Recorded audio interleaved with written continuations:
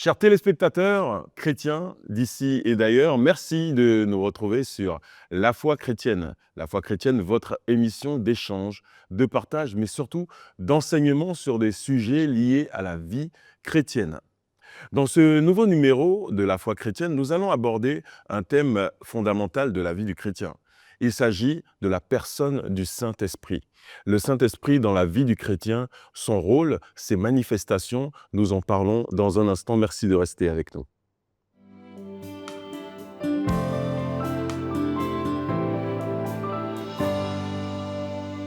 Chrétiens, chrétiennes d'ici et d'ailleurs, frères et sœurs du monde entier, nous vous saluons et nous vous remercions de toujours demeurer avec nous dans cette émission La Foi chrétienne. La Foi chrétienne qui, comme je le disais à l'entame, vous apporte des lumières sur des sujets liés à votre foi. Aujourd'hui, nous allons parler du Saint-Esprit. On parle de la personne du Saint-Esprit. Qui est-il? Comment se manifeste-t-il? Et comment pouvons-nous améliorer notre relation avec lui? Nous en parlons avec nos invités du jour. Merci de recevoir avec moi en plateau le bishop Josué Aounou. Merci à vous d'accepter notre invitation et d'être présent afin de nourrir nos chers téléspectateurs. Merci, Frère. Merci. Nous sommes également avec l'apôtre Janine Haro de la Fondation Excel pour Christ. Je rappelle également que le bishop Aounou nous vient de l'Église biblique du Saint-Esprit et nous saluons bien sûr tous les fidèles et toutes les personnes qui sont sous votre coupelle. Alors, on va rentrer dans le vif du sujet. Et je commencerai par vous, bishop. Qui est le Saint-Esprit? Merci, Frère Gaël, pour cette question. Qui est le Saint-Esprit? Je dirais que le Saint-Esprit est Dieu. Parce que Dieu est esprit. Donc, on ne saurait parler alors du Saint-Esprit sans parler de Dieu. Donc, il faudrait que nous puissions comprendre que le Saint-Esprit est Dieu. Et cet esprit, alors, s'est manifesté alors dans notre vie de différentes manières. Nous avons alors vraiment entendu parler de la Trinité divine, le Père, le Fils et le Saint-Esprit. Alors, on peut dire que le Saint-Esprit est la troisième personne de la divinité ou de la Trinité. Donc, nous comprenons que le Saint-Esprit est Dieu. Mais on parle souvent aussi de la personne alors du Saint-Esprit. Donc, dans le physique, dans le naturel, on a vu le Saint-Esprit manifester de différentes manières. Voilà pourquoi maintenant, alors, le Saint-Esprit a certains noms et des attributs. On l'appelle le consolateur. Oui. Celui qui va nous consoler. Et Jésus a dit, je vous enverrai maintenant un autre consolateur qui sera avec vous et qui sera en vous. Il parlait du Saint-Esprit. On l'appelle aussi le conducteur. Il vous conduira dans toute la vérité. Et ceux qui sont conduits par l'Esprit de Dieu seront appelés fils de Dieu. Donc, il est là aussi le conducteur. Donc, le Saint-Esprit, vraiment, a tellement d'attributs dans la vie du croyant. Et je pense que vraiment, il est aussi l'Esprit de vérité. Et c'est lui qui le conduira dans toute la vérité. Donc, cela veut dire que, clairement, si tu n'as pas le Saint-Esprit, il te serait vraiment difficile, vraiment, alors, d'être dans la vérité divine. Amen. Apôtre Janine, et pour vous, qui est le Saint-Esprit? Je pense que le bishop a parlé de manière générale, mais pour vous particulièrement, comment vous pouvez vous définir le Saint-Esprit? Je vais juste ajouter un tout petit peu sur ce qu'il a dit, parce qu'il a dit l'essentiel. Nous savons que c'est Dieu qui a commencé par parler aux hommes, par les prophètes, par les juges, et ça n'a pas marché. Après, il a envoyé son Fils unique, et Jésus est venu pour mener l'œuvre salvatrice. Il nous a sauvés du péché, il est mort, il s'est sacrifié, et maintenant il est parti. En partant, il a dit qu'il ne nous laissera pas orphelins, mais qu'il nous amènera le Consolateur. Donc c'est l'ère du Saint-Esprit. Nous sommes à l'ère du Saint-Esprit et nous devons savoir aussi que le Saint-Esprit est une personne qui a des émotions comme nous. Lorsque nous mentons au Saint-Esprit, c'est à Dieu que nous mentons. parle Le souvent de Saint-Esprit. contrister le Saint-Esprit. N'attristez pas le Saint-Esprit. Donc, c'est une personne qui a des émotions. Le Saint-Esprit parle. Le Saint-Esprit agit comme nous agissons. Il est Dieu. C'est ce que je pourrais ajouter. Il agit comme nous agissons. Mais comment est-ce que ces manifestations peuvent être perçues dans la vie du chrétien? Tout à l'heure, vous avez parlé de consolateur, de conducteur. Comment est-ce qu'il se manifeste de manière palpable dans la vie du chrétien? Le Saint-Esprit se manifeste de différentes manières dans la vie du chrétien. D'abord, sa venue dans la vie du chrétien se manifeste de manière spectaculaire. C'est un événement peut-être surnaturel qui descend dans la vie alors d'un croyant. Je dirais qu'à la nouvelle naissance, le Saint-Esprit alors vient dans nos vies de manière, je dirais, calme, silencieuse. Il fait son entrée dans la maison.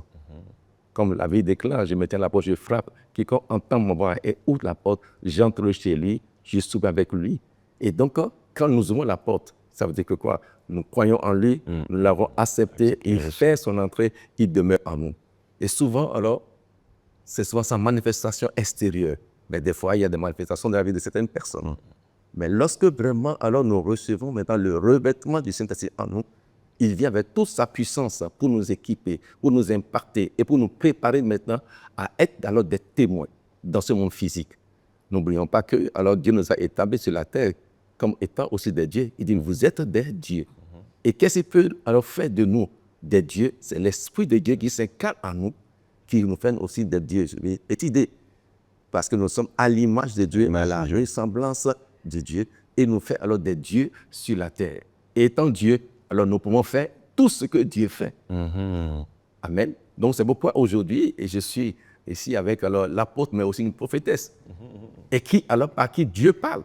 Et donc alors Dieu parle par son esprit qui est en nous, et il communique maintenant les oracles, les vertus alors à certaines personnes.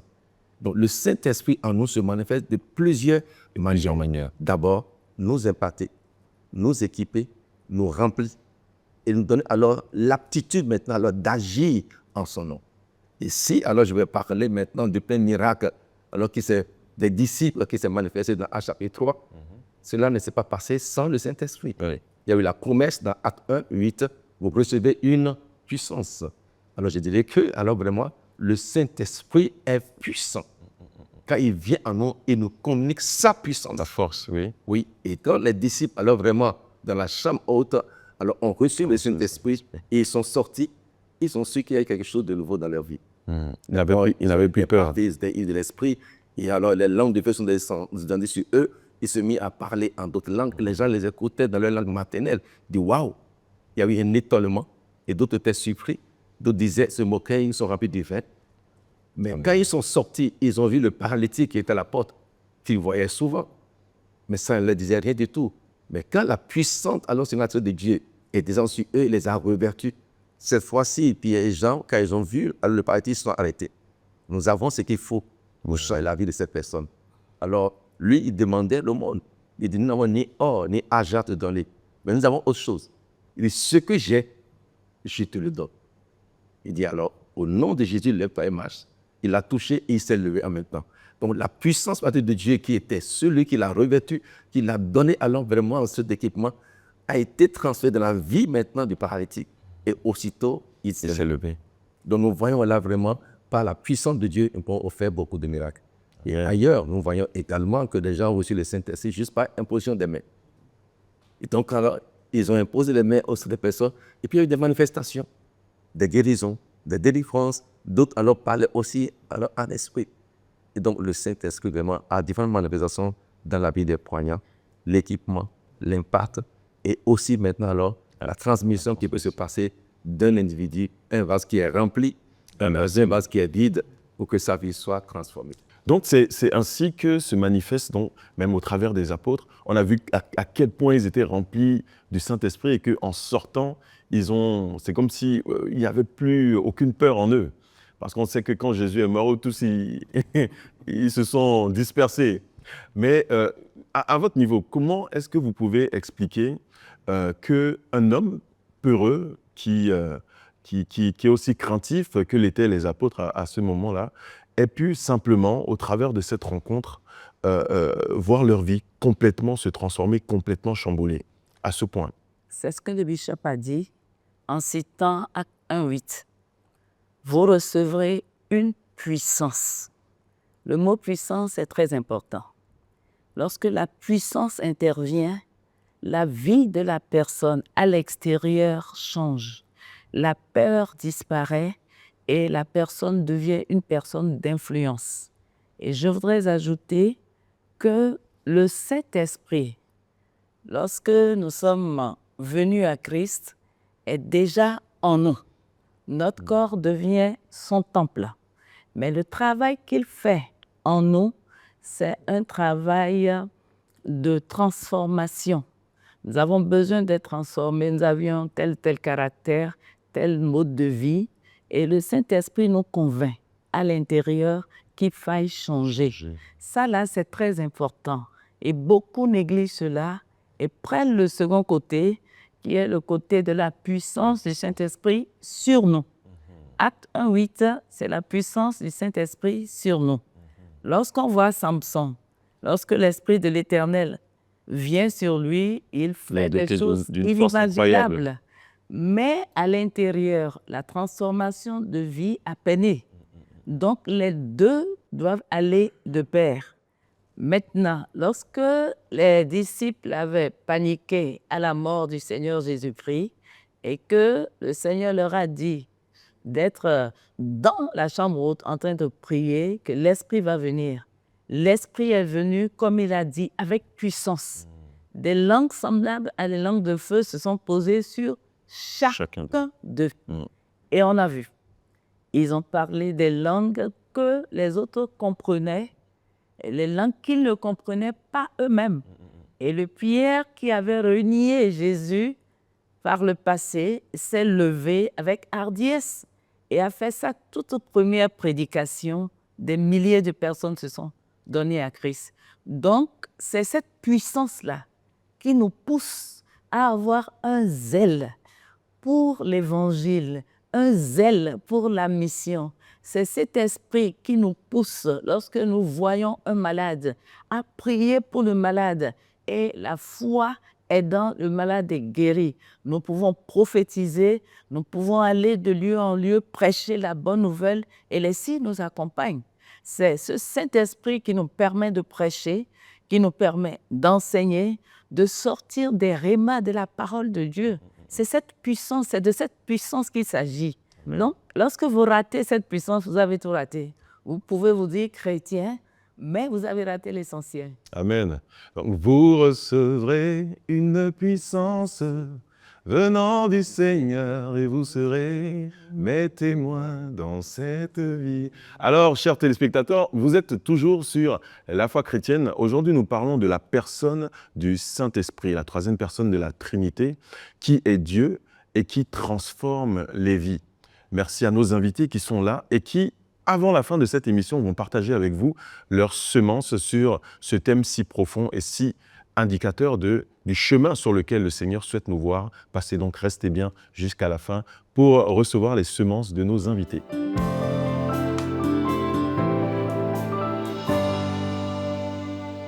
Nous retournons avec nos invités et je voudrais donc demander au bishop si, en soi, le Saint-Esprit, son rôle, c'est tout simplement de nous emmener à ressembler davantage à Christ. Merci. D'abord, sans le Saint-Esprit, nous ne pouvons pas ressembler à Jésus-Christ. J'ai dit tout à l'heure que le Saint-Esprit est Dieu. Et lorsqu'il vient en nous, il nous transmet alors vraiment les attitudes de la divinité. On a besoin du Saint-Esprit. Et comme l'a dit l'apôtre tout à l'heure, quand il rentre en nous, il nous transforme. En faisant quoi? À l'image alors vraiment de Christ. Donc cette transformation, c'est nous communiquer les vertus de Dieu. Alors il nous convainc du péché, de justice et de jugement. Donc en nous, il te convainc. Et quand tu veux faire quelque chose de mauvais, il dit ça c'est mauvais, c'est un péché. Donc le Saint-Esprit, maintenant, c'est à toi de l'écouter et d'agir selon maintenant alors, la conduite du Saint-Esprit. Oui. Donc le Saint-Esprit vraiment vient dans notre vie d'abord pour nous, premièrement, notre transformation à l'image de Christ, N'oublions pas que dans la Genèse, Dieu a dit, je vous ai créé à mon image et à ma ressemblance. Ce que Adam et Ève ont perdu. Mais Dieu est venu restaurer cela encore dans notre vie en envoyant son Fils qui a vécu sur la terre à l'image de Dieu sans commettre jamais de péché. Donc, il a démontré que c'est possible. Par quoi? Par le Saint-Esprit. Parce qu'il a été conçu par le Saint-Esprit. Il a été revêtu aussi du Saint-Esprit. Donc, il a été un exemple pour nous de la vie que alors Dieu voudrait que nous menions sur la terre. Voilà pourquoi il dit maintenant, j'ai été le premier consolateur, mais je vais vous envoyer un autre consolateur. Mais c'est l'Esprit. Ce que vous avez perdu, je vais encore vous le redonner. Et donc, lorsque nous recevons le Saint-Esprit en nous, nous devons aussi vivre à l'image de Jésus-Christ. Et voilà pourquoi il nous dit, les œuvres que vous m'avez vues accomplir, vous pouvez aussi le faire, et même plus que moi. Pourquoi? Parce que vous allez recevoir le même esprit qui était en moi et qui m'a permis alors d'accomplir toutes ces choses. Et donc, je viens confirmer ce que l'apôtre a dit. Par le Saint-Esprit, Jésus n'a jamais commis de péché. Et l'Esprit de Dieu est en nous. Et en tant que aussi, alors l'image de Christ ou l'image de Dieu, nous pouvons aussi alors vraiment nous laisser être conduits par l'Esprit de Dieu et nous pouvons vivre aussi alors sans commettre le péché. Mais c'est vrai, on dira, mais nous commettons le péché tous les jours. C'est parce que nous ne n'écoutons pas le Saint-Esprit. Avant de le faire, il te parle. Mais comme tu as dit de faire ta volonté, alors il te laisse. C'est vrai. Sinon, si nous l'écoutions, nous allons avorter beaucoup de choses. Nous allons vraiment vivre alors de manière décente. Et on dira, ah, ceux-ci, ils sont des petits Christ. Ils sont à l'image alors de Jésus-Christ. C'est pourquoi le mot chrétien existe aujourd'hui. La vie alors vraiment des apôtres a été transformée totalement par le Saint-Esprit. Tout à l'heure, qui était peureux et qui doutait de Thomas, qui doutait de Dieu. Et ces disciples, quand ils ont reçu le Saint-Esprit, ils ont été totalement transformés. Ils ont commencé, ils n'avaient même plus peur de la mort. Parce que maintenant, ils vivaient à l'image. Et même quasiment tous sont morts martyrs. Martyrs, comme alors le Christ aussi. C'est vrai, c'est vrai. Mais on parle souvent des dons du Saint-Esprit. Est-ce que comment le chrétien lambda qui entame sa vie chrétienne pourrait connaître et comprendre ces manifestations au travers des différents dons que nous retrouvons dans la Bible? Apôtre? Il faudrait déjà savoir que lorsque nous venons à Christ et que nous avons été baptisés du Saint-Esprit, nous avons le Saint-Esprit en nous, nous devons déjà commencer par réaliser que les dons sont à notre disposition pour l'utilité commune. Et l'apôtre Paul a dit... Et non pour soi-même. Ce n'est pas pour nous, c'est pour les autres. L'apôtre Paul a dit, je voudrais que vous ayez tous les dons, mais qu'il y ait l'amour qui surpasse tout. Donc, tous les dons cités dans 1 Corinthiens 12, tous ces dons sont à notre disposition. Le problème, c'est de pouvoir aspirer, désirer, ardemment, prier pour, avoir la foi pour que cela se manifeste. Lorsque moi, j'ai été baptisée du Saint-Esprit, j'ai prié, j'ai dit, Saint-Esprit, j'ai lu le livre de Benny-Hinn. Il a parlé d'une certaine dame appelée Catherine Kuhlman. Lorsque j'ai vu comment le Seigneur l'a utilisée, et j'ai demandé au Saint-Esprit, et moi, est-ce que tu peux m'utiliser de la sorte? J'ai jeûné, j'ai prié, j'ai fouillé la parole de Dieu, et j'ai vu que c'est à ma disposition. Et le Saint-Esprit n'aime pas l'impureté. Donc je me suis repentie et j'ai aspiré. Et un jour, je me suis retrouvée en train de prophétiser. Je parle aux gens, c'est réel. Je me suis vue en train de prier pour les malades. Les malades étaient guéris, en train de faire des délivrances, etc. Tous les dons qui sont là, si on veut, on les aura. On les aura. Alors, là, je souhaiterais qu'on puisse, surtout pour les personnes qui l'expérimentent peut-être pour la première fois, savoir comment distinguer la voix du Saint-Esprit, parce que tout à l'heure on a dit que c'est une personne qui parle, qui conseille, qui oriente. Donc la voix du Saint-Esprit à nos pensées personnelles. Parce que souvent, lorsqu'on entend une voix, on se dit, bon, je me parle à moi-même. Vous voyez un peu? Donc, comment est-ce qu'on peut arriver à faire le distinguo entre la voix du Saint-Esprit, donc le Saint-Esprit agissant en nous, et notre voix intérieure, notre conscience ou notre esprit qui nous parle? Merci Gaël. Je sais que toi-même, alors quand tu parles, tu reconnais ta voix. C'est vrai. Donc, tu te reconnais dans ta voix. Et quand quelqu'un d'autre aussi qui t'entend, peut dire, ah, ça, c'est la voix de Gaël. Donc, je reconnais ma voix. Alors, le Saint-Esprit parle de différentes manières. Nous avons la voix intérieure qui est accessible à tous les chrétiens parce que le Saint-Esprit en nous parle. Bon, j'ai entendu certains chrétiens alors qui disaient, mais voilà, moi, le Saint-Esprit n'a jamais parlé. Il te parle, mais toi, tu ne l'écoutes pas. Parce que alors, tu prétends que la voix que tu entends, cette voix intérieure, n'est pas la voix de Dieu. Alors, les gens disent, quelque chose m'a dit.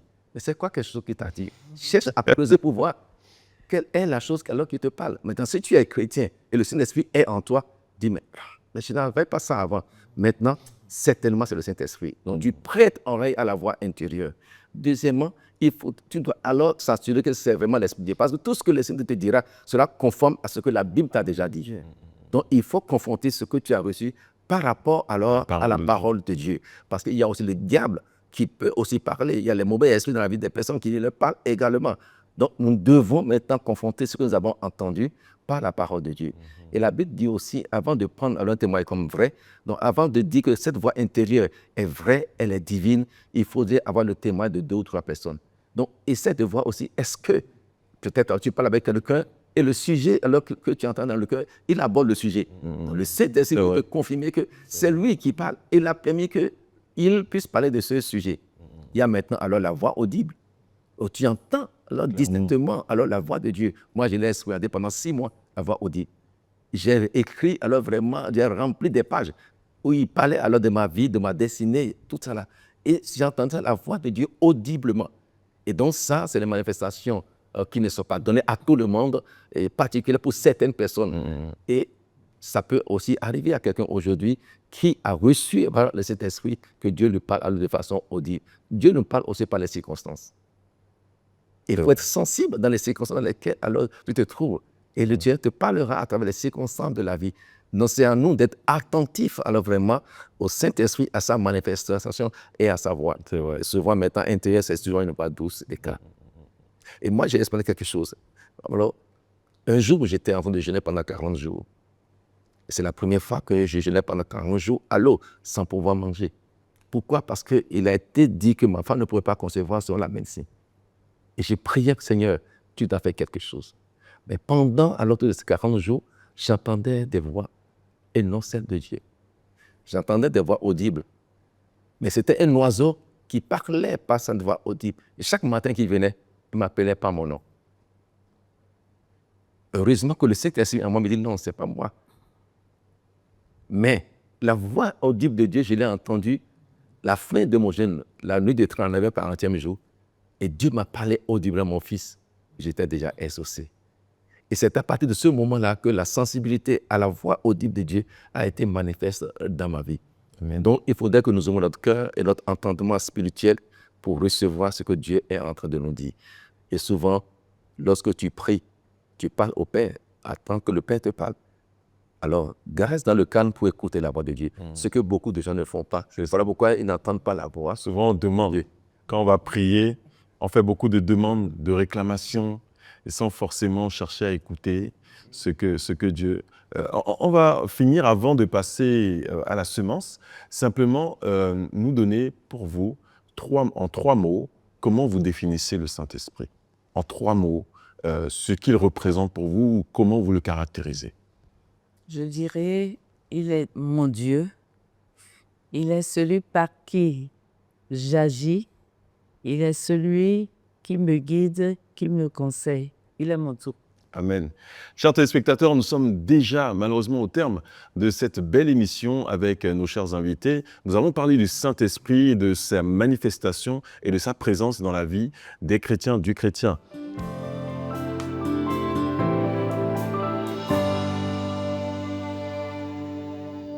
Juste avant de nous quitter, nous allons recevoir les semences de nos invités. Je vais commencer par vous, apôtre Janine. Merci de fixer la caméra juste derrière moi et de partager votre semence à quelqu'un derrière le petit écran qui vous écoute et qui souhaiterait amplifier sa relation avec le Saint-Esprit. Chers téléspectateurs, le Saint-Esprit est réel et il a besoin de vous impacter. Laissez-vous entre ses mains et il le fera. Vous allez accomplir des signes, des prodiges en son nom et le monde sera changé. Amen. Amen. À votre tour, Bishop.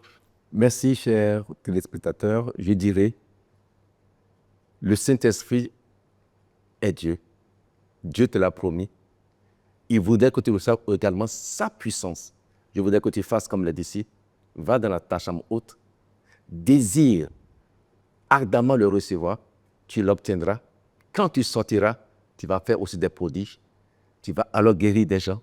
Tu vas faire des miracles parce que Dieu veut t'utiliser dans cette génération. Tu seras un véritable témoin du Seigneur Jésus-Christ par la manifestation du Saint-Esprit à travers ta vie. Amen. Quant à vous, chers téléspectateurs, je vous dis merci. Merci d'avoir été avec nous jusqu'au bout de cette émission. Merci à nos chers invités. Merci Gaël. apôtre Janine Haro. Merci Bishop de Jésus Gaël. avec nous. Merci à vous, chers téléspectateurs, pour votre fidélité. Merci au Seigneur Jésus-Christ. Merci au Saint-Esprit. Merci à Dieu le Père Tout-Puissant. Et portez-vous bien. Nous vous retrouvons pour un prochain numéro de La foi chrétienne pour vous remplir davantage des paroles et des connaissances de la foi chrétienne. Portez-vous bien, que Dieu vous garde, que Dieu vous bénisse. À la prochaine.